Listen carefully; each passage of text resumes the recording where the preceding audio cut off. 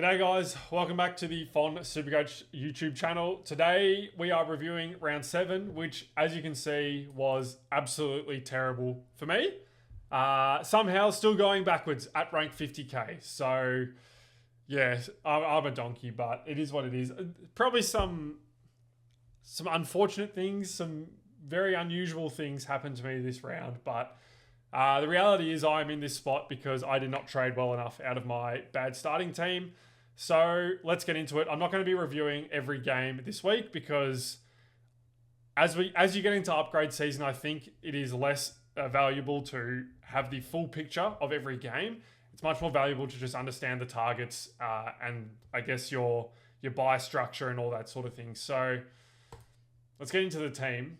So I'm going to start with the captaincy decisions. So Gawn into Dacos. I simply cannot believe that Max Gawn against Richmond into Nick Dacos against Essendon could fail. And here we are. Max Gawn gets a knee to the buttock in the second quarter and gets essentially managed out of full forward for the whole game and kicks 1 goal 3 or 1 goal 2 or something like that. And he got killed by Noah Bolter in the centre bounces in the first quarter. So I knew early on I probably wasn't going to get a good score from Max. I was like, all right, I've got Nick Dacos against who they play, Essendon on Anzac Day. And I was like, oh, is there going to be a McGrath tag? Like, I could go Holmes or Sinclair. So it could have got worse. And then Nick Dacos comes out and has the worst kicking half of football I have ever seen from him and absolutely pisses away a 200. So I just cracked the sads after that. I stopped watching. I went outside, needed the sunlight. I didn't watch the Carlton Fremantle game because of that. Don't know how that donkey Liam Reedy went 100 and whatever he scored, but I don't know. I just didn't want a bar of it. So I will admit I have not watched the football very closely since the classic Anzac Day game. So I'll get into it. I do know what happened with most of the other games, but anyway, let's get into it. So Sinclair 95. This degenerate give the ball to Nazire as much as possible St Kilda game plan is boring to watch, very predictable to play against, and is absolutely killing Jack Sinclair's scoring because Nas is now taking all the kick-ins and he's getting a 1, 2, 3 from the kick-ins when teams allow it, like West Coast did. And as a result, Sinclair has his role hasn't changed in terms of where he's playing on the ground, but the ball usage has dropped dramatically. And I think Sam Flanders rolling back into defence a bit has also hurt that. But Sinclair's gone from probably being the easiest primo pick of all time to all of a sudden maybe he's just 105 to 110 from here. I don't know. But that was frustrating to see again. So it is what it is. And it's not a knock on Nazire. He's clearly a good player. Some of the kicks he hit on the weekend were very good. I just don't think the game plan doesn't make sense to me. It's very predictable and easy to stop if you're a good side. And I think we've seen that reflected by the fact that St Kilda hasn't beaten anyone good this year. So I don't know, that's my 2 cents. Upset about that, but it is what it is. Jordan Clark, 78. So, by the way, I don't know if anyone's noticed yet, but my best score was on my bench this week. So that's always fantastic. Anyway, Jordan Clark, 78. I was checking the scores for this one. I saw at quarter time he was on 38 or something. I was like, oh, it's against Carlton. I'm expecting a good score. Nope. Just scored 40 points from there. Didn't want to watch this game because of what I expected Luke Jackson to do to Liam Reedy. So, cop that one, I guess. Jordan Clark, frustrating own on the never again list for me. Not because he's a bad player. Absolute opposite. I think he's actually a really, really, really good player. One of the best halfbacks in the game. Just not piggish enough for Supercoach for mine. Unfortunately, you've got to pick the unethicals. You got to pick Ash. You got to pick Roberts, who from his 40 touches, I think 30 of them came from within 25 meters from his own goal. They're the types you've got to pick as defenders, as halfbacks in Supercoach. And we'll get to Worrell in a second, but that is what it is. And then Worrell. So really, really happy that Jordan Dawson came back to play footy this week. I just thought it was tremendous for him. But him coming back, not only has it made me look stupid because it gave us his best score this week and I traded him out last week, it has also killed Josh Worrell because he's rolling back and playing at halfback at times. So that was a shame. I don't know if Worrell's score was really killed by that or it was more the fact that Adelaide were terrible in this game. comfortably their worst performance of the year. So I don't know. We'll see. Hoping for a bounce back in the showdown this week. Don't know why the showdown is on at the same time as another game.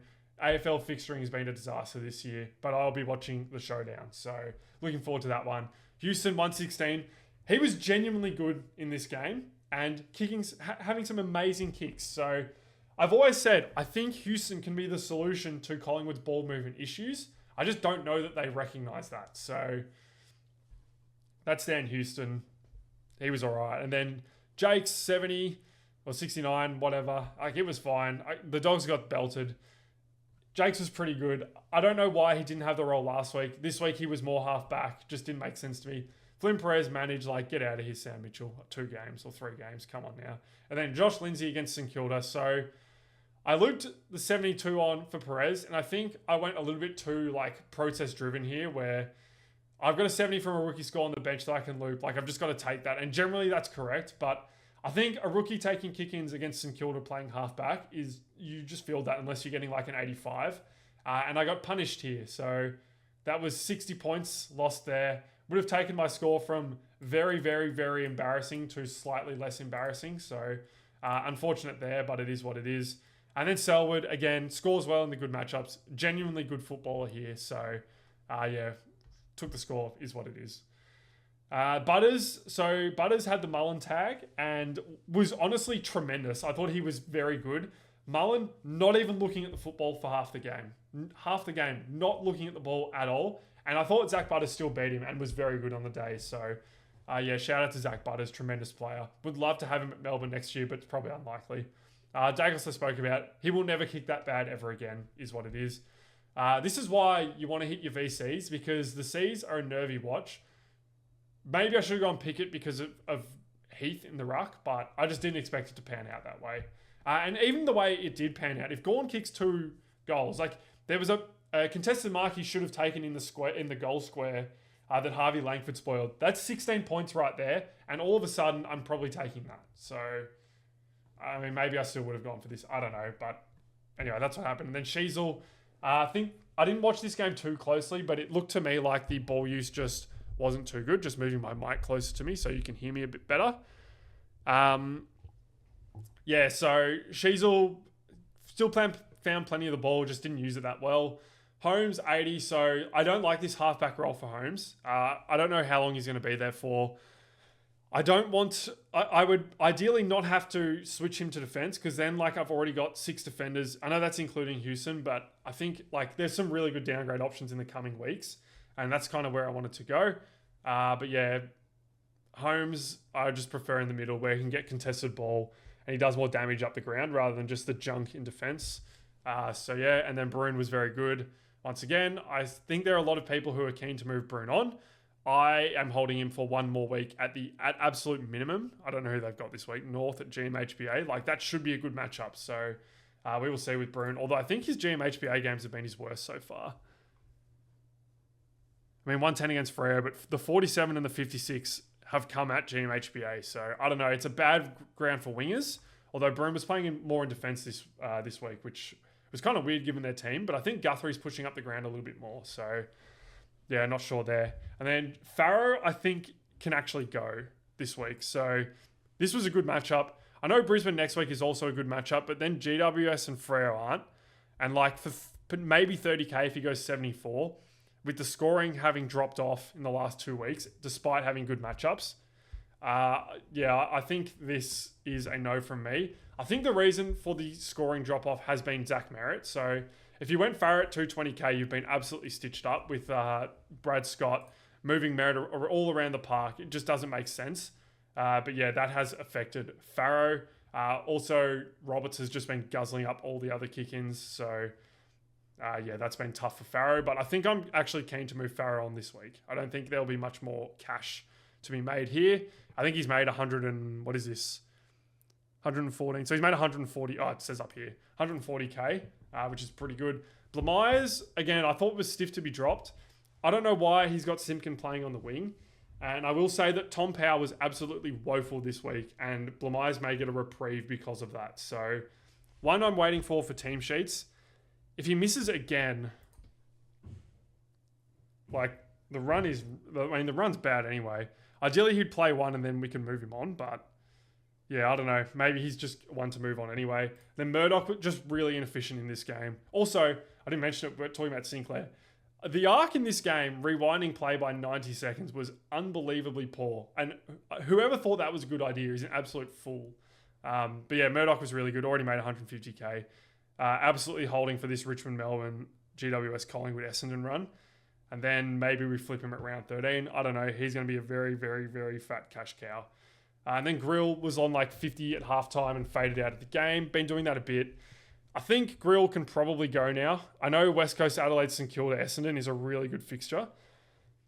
But if he's fading out of the game and playing a bit of midfield, like maybe it doesn't matter anyway. So you could hold. I think realistically there could be another 40k in this, but it's time to upgrade, I think. So I'm in the trade camp.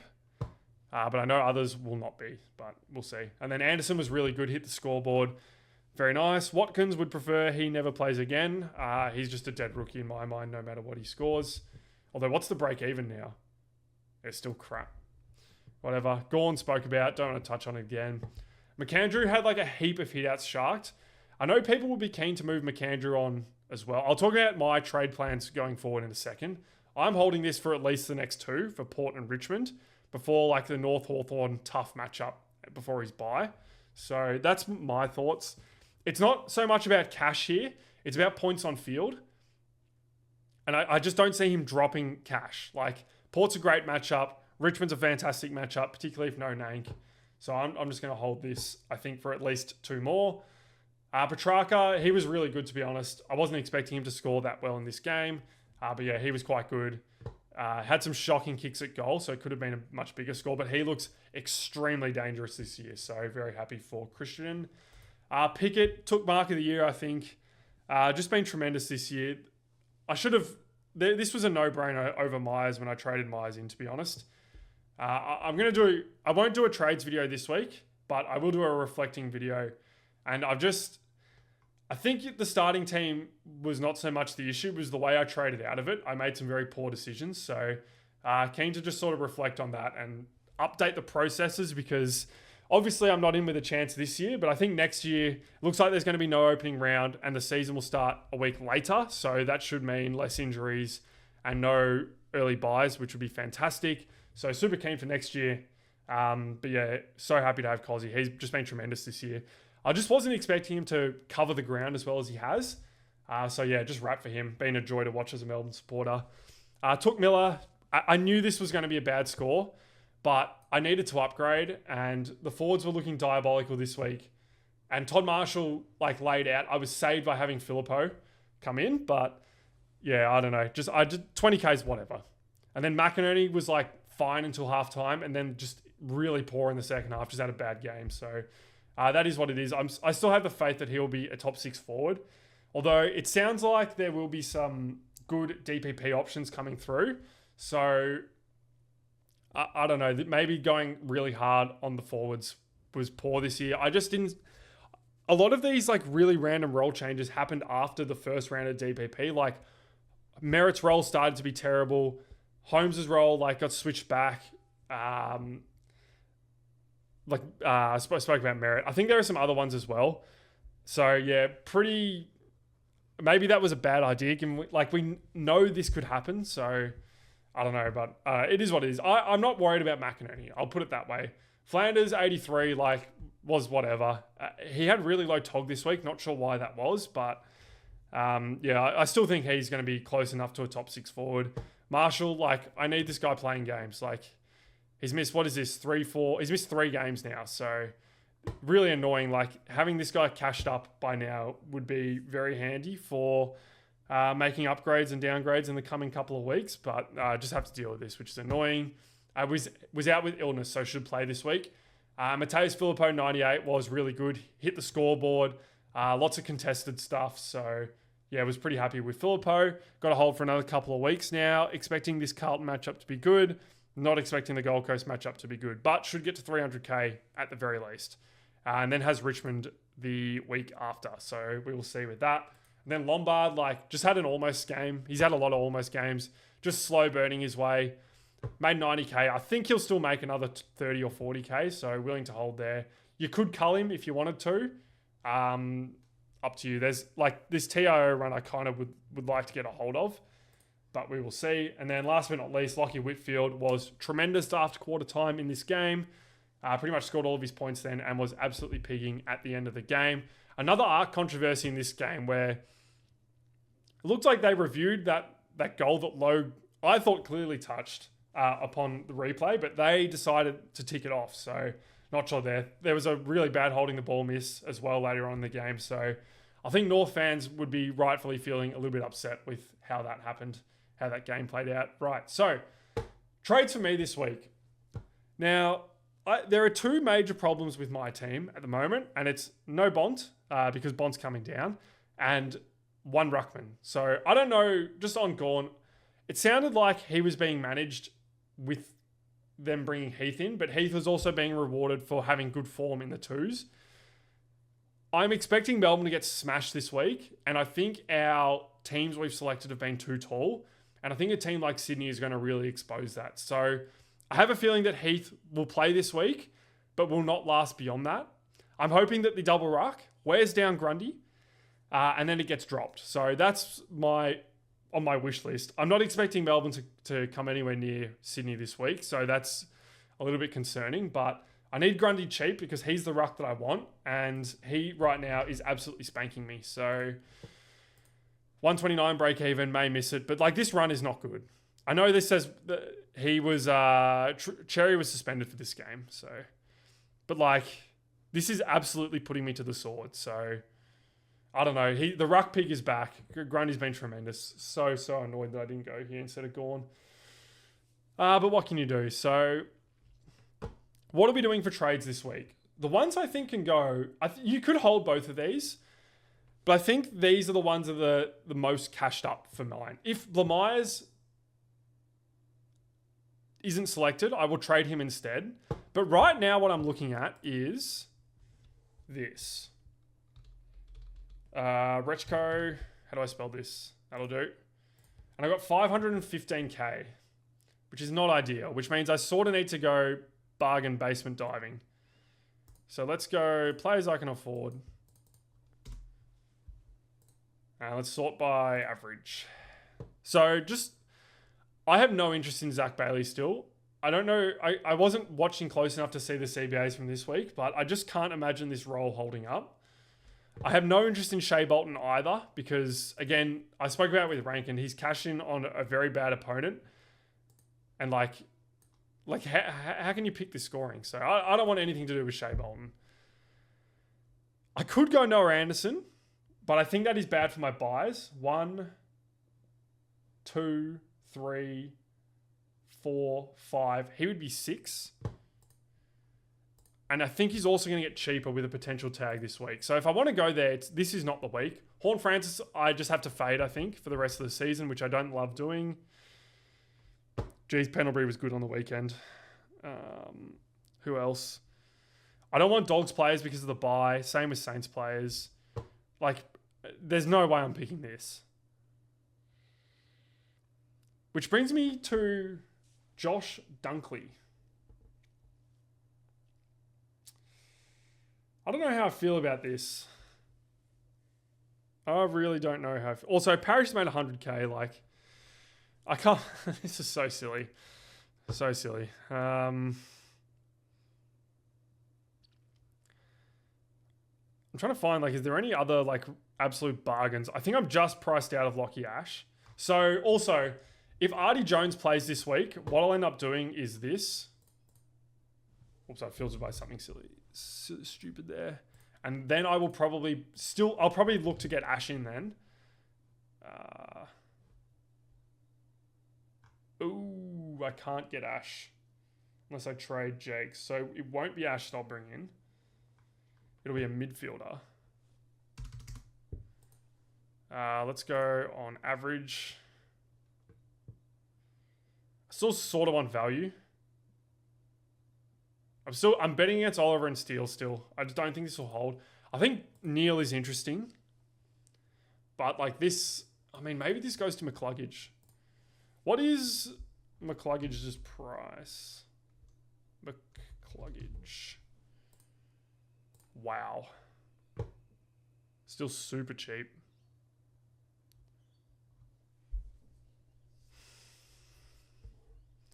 I may end up going here this week. We'll see.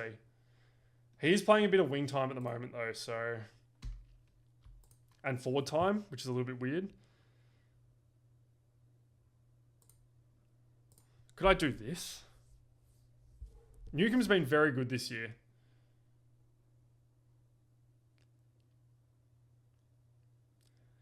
This would be a fun pick, but I also know that I know what Newcomb can do.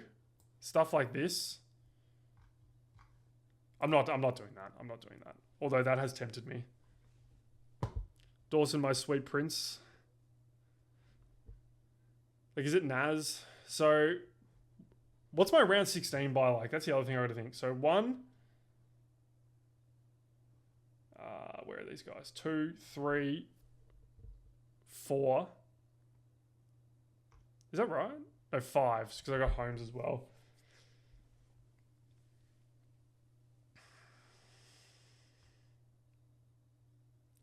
It feels like too many already. But I do love Ed Richards. Callahan I'm very keen on, but I'm going to wait a little bit longer. Ashcroft is interesting. Maybe I just send it and go Dunkley.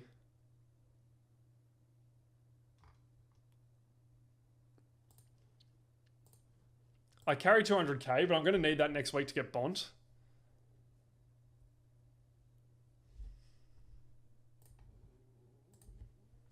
I mean, Essendon and Carlton, Geelong, you'd think are good matchups. And GWS.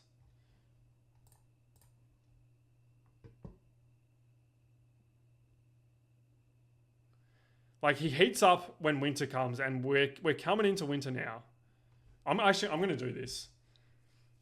So then, let's assume that Holmes doesn't get defender status.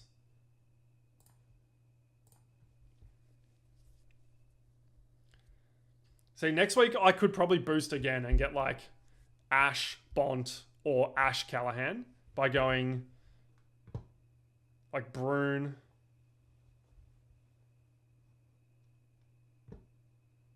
Like Jakes or Selwood. And maybe like Filippo if he falls over. Or Lombard. Lombard probably won't have enough cash on his head.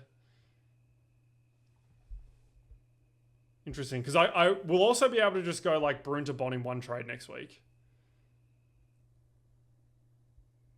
Interesting. Yeah, I kind of like this. So, ideal world, it would be like Bont, Smith, Callahan, Grundy.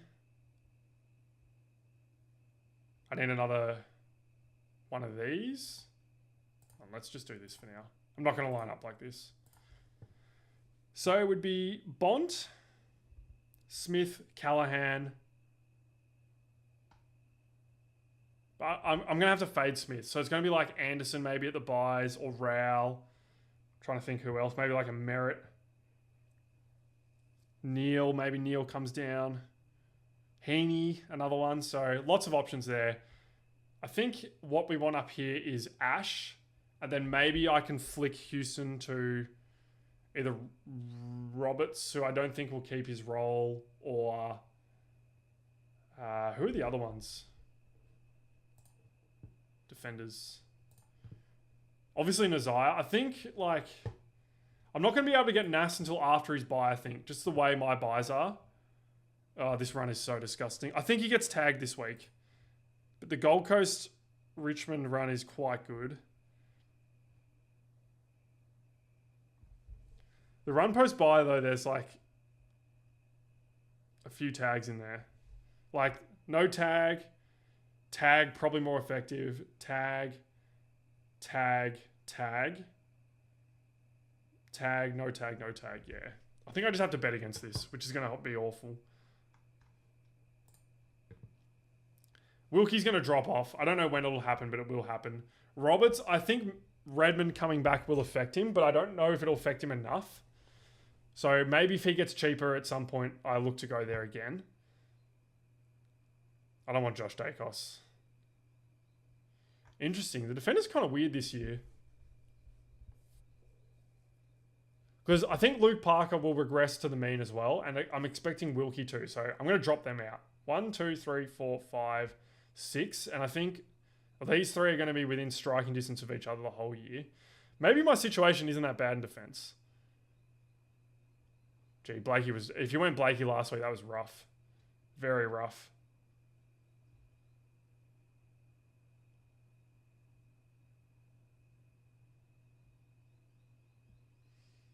Okay, maybe I'm not that bad off in defense. So I can go like Ash. I'm going to run Houston till the buys and then just reassess there. Ash, Bont, Smith, Callahan, Anderson, I guess. And then it's like Grundy and Cherry is probably absolutely ideal. I'm still betting against Luke Jackson. I think Luke Jackson is going to... I'm going to lose that bet. Just like... Gets a heap of Mickey fixtures, but also I think there's scope for Freo to realise that they're better off with him just solo rucking. Because I think Shrek at full fitness and using Luke Jackson in a different way, they could argue that they would get more value out of the two of them, but I just don't think it'll happen. But yeah, that's how I'm likely going to need to trade. So how many trades would this take? So next week, if I go 1 up, 1 down, I'll have enough in the bank and Bont. But if I go 2 down, I'll have 19 trades, 2 upgrades. I think, right? Like, so 400, this is 600. And then it's 1 up, 1 down on the side. Maybe it's like Jakes and Selwood. I don't think they're cashed up enough though.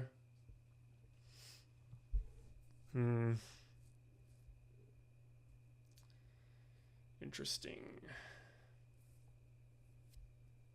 Because my get out of jail is like English comes back, drops a bit of cash, and then I get him in here. But the problem is if I get Bont, 1, 2, 3, 4.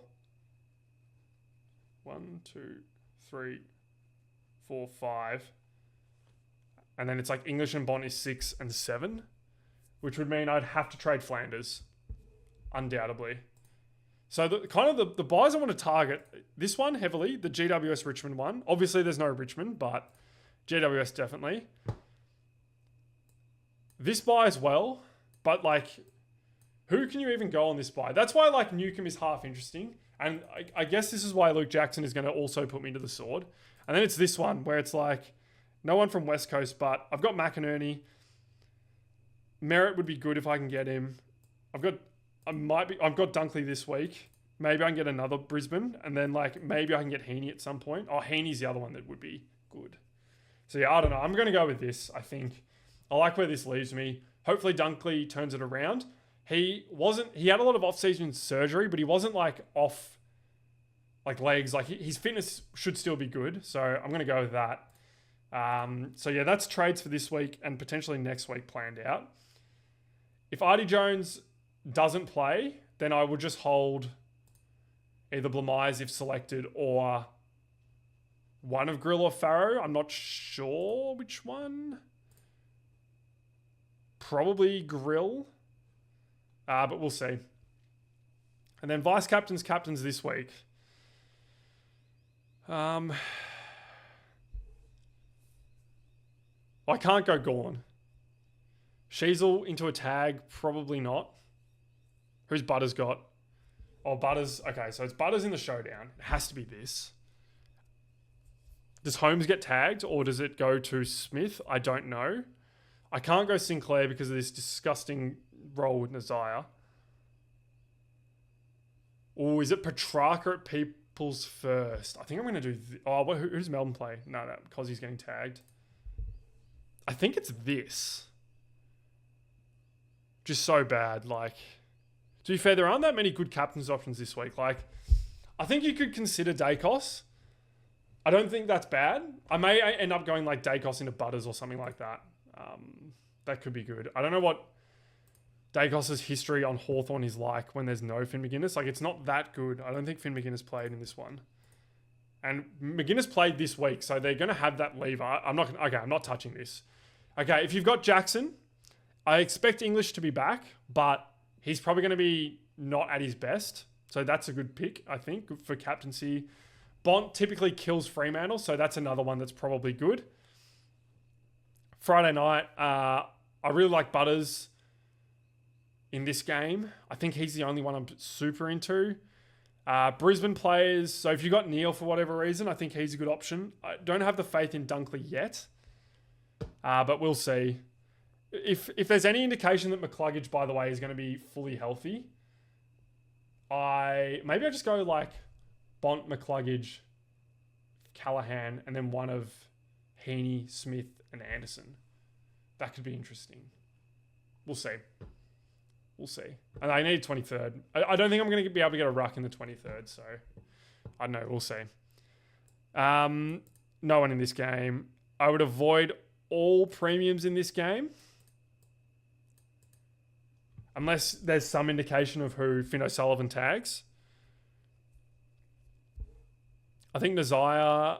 I'm expecting Nazaya to get a Cooper Lord tag, so probably not this game. Would avoid this. And then I think Petrarca is a good option in this game. I think you could contemplate Whitfield or Ash as well, but I think you'd have to be very brave to do it. Also, if you've got Callahan, I think he's not a bad option. So yeah, that's vice captain. Let's do... Who does Saints play? I think I'm doing this. Let's do this. Let's do this. Oh, actually, maybe I want to loop up here. I'm expecting Watkins to get dropped.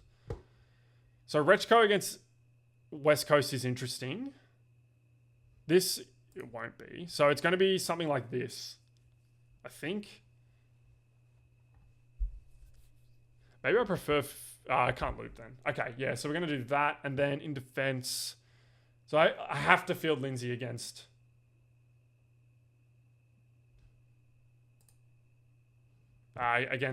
who is this? Richmond? I think I'll line up like this. So, yes. That's how I'm going to go.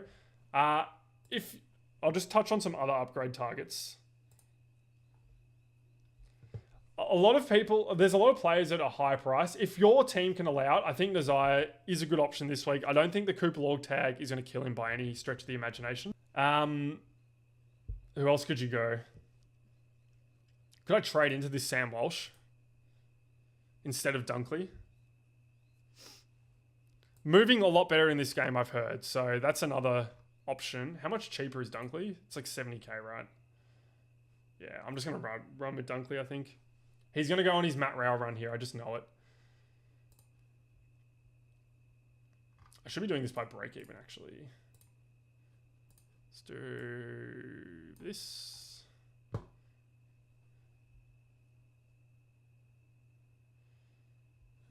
Let's put this up a little bit more. Let's do this. So, again, if your team can allow it, I think I like Horn Francis this week. I know I have said I'm betting against it. I think I'm betting against Jackson. I'm betting against Horn Francis. I think I'm going to lose these bets. So, I think Horn Francis is a good option. He's looking fitter than I would think he should, given he had virtually no preseason. But I guess he's just built different. Who else could you go here? As I said, I'm going Dunkley, I think. If you really like Clayton Oliver, you could go here. The buy is very good. I just don't have the faith.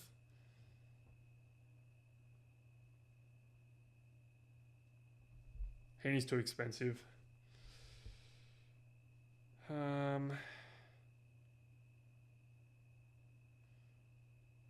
mean, Sicily's coming back. Maybe if you like that, you could go there. But he did get swung forward last week, so I would avoid.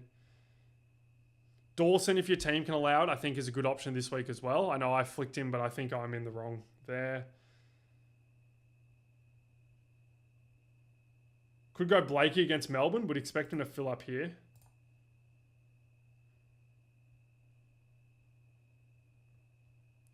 I am not going to stomach Blakey. I know that. So I'm just not going there. But his run's pretty good. Like Melbourne, North, Collingwood, Richmond, St Kilda. You could do a lot worse than that. Wouldn't touch Brayshaw, in my opinion. Okay. And yeah, I guess rookies like I didn't watch the Carlton Fremantle game, but I just don't trust Liam Reedy. I think Petnet was listed as 1 to 2 last week, so he could be back this week as well. So yeah, that's my thoughts on trades this week. Let me know how you went in the comments. I hope you went a lot better than I did. And if you've got any trade questions and you're willing to brave my potential terrible advice, feel free to drop them below in the comments. Thank you all for watching. There'll be another video probably in 2 days, just on a little bit of a mid-season reflection, because I think I have learnt a host of lessons that are worth discussing this year already. So we'll be doing that. Thank you all for watching, and I will see you next time. Bye, guys.